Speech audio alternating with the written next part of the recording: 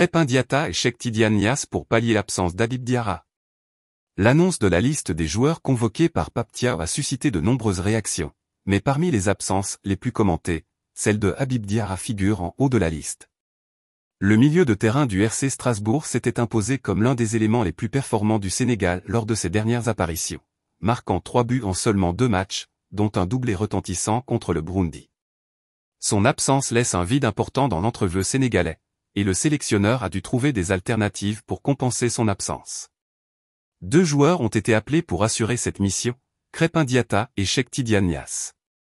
Leur capacité à répondre aux exigences du poste sera déterminante pour maintenir l'équilibre du milieu de terrain sénégalais et assurer une fluidité offensive malgré l'absence de Habib Diarra.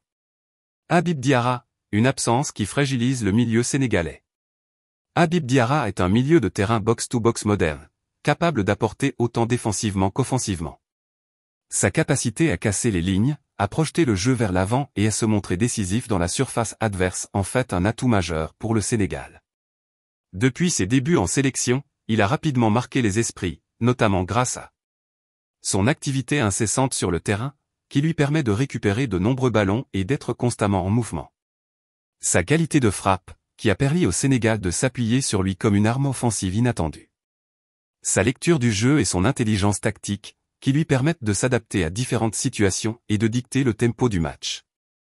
Avec une telle influence dans l'entrejeu, remplacer un joueur comme Habib Diarra ne sera pas une tâche facile. Pape Thiaw a donc opté pour une approche pragmatique, en repositionnant Crépin Diatta au milieu et en intégrant Cheikh Tidiane Niasse comme alternative tactique. Crépin Diatta, un retour au milieu comme en 2019. La décision de repositionner Crépin Diatta au milieu de terrain n'est pas nouvelle. Lors de la Coupe d'Afrique des Nations 2019, il avait déjà été utilisé à ce poste par Aliou Cissé, et son influence avait été remarquable, au point d'être élu meilleur jeune joueur du tournoi.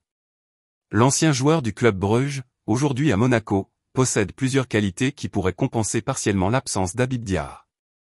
Une bonne capacité de projection. Crépin Diatta est un joueur qui prend des initiatives offensives et n'hésite pas à aller de l'avant. Une certaine créativité, bien que ce ne soit pas son point fort, il possède une bonne vision du jeu et une capacité à accélérer le tempo lorsqu'il est bien utilisé. Une rigueur défensive sous-estimée, contrairement à ce que l'on pourrait penser, il est capable de bien défendre et de fournir un effort constant pour gêner la construction adverse. Cependant, il y a des limites à cette option. Crépin Diatta est avant tout un joueur de couloir, habitué à évoluer sur l'aile droite ou comme piston dans un système à 3 défenseurs.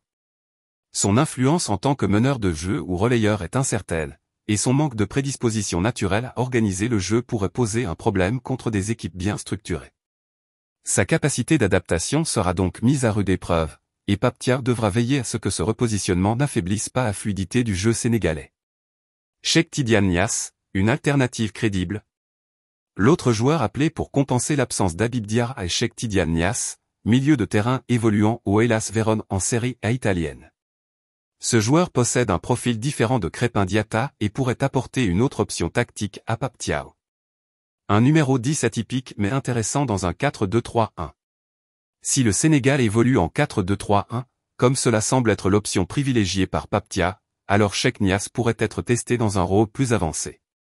Bien que son profil soit plus défensif, il possède une bonne vision du jeu et une qualité de passe qui pourrait être utile pour organiser l'attaque.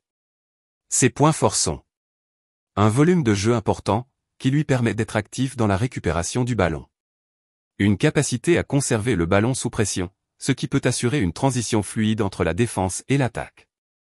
Un physique solide, qui pourrait compenser le manque de puissance laissé par l'absence d'Habib Diarra.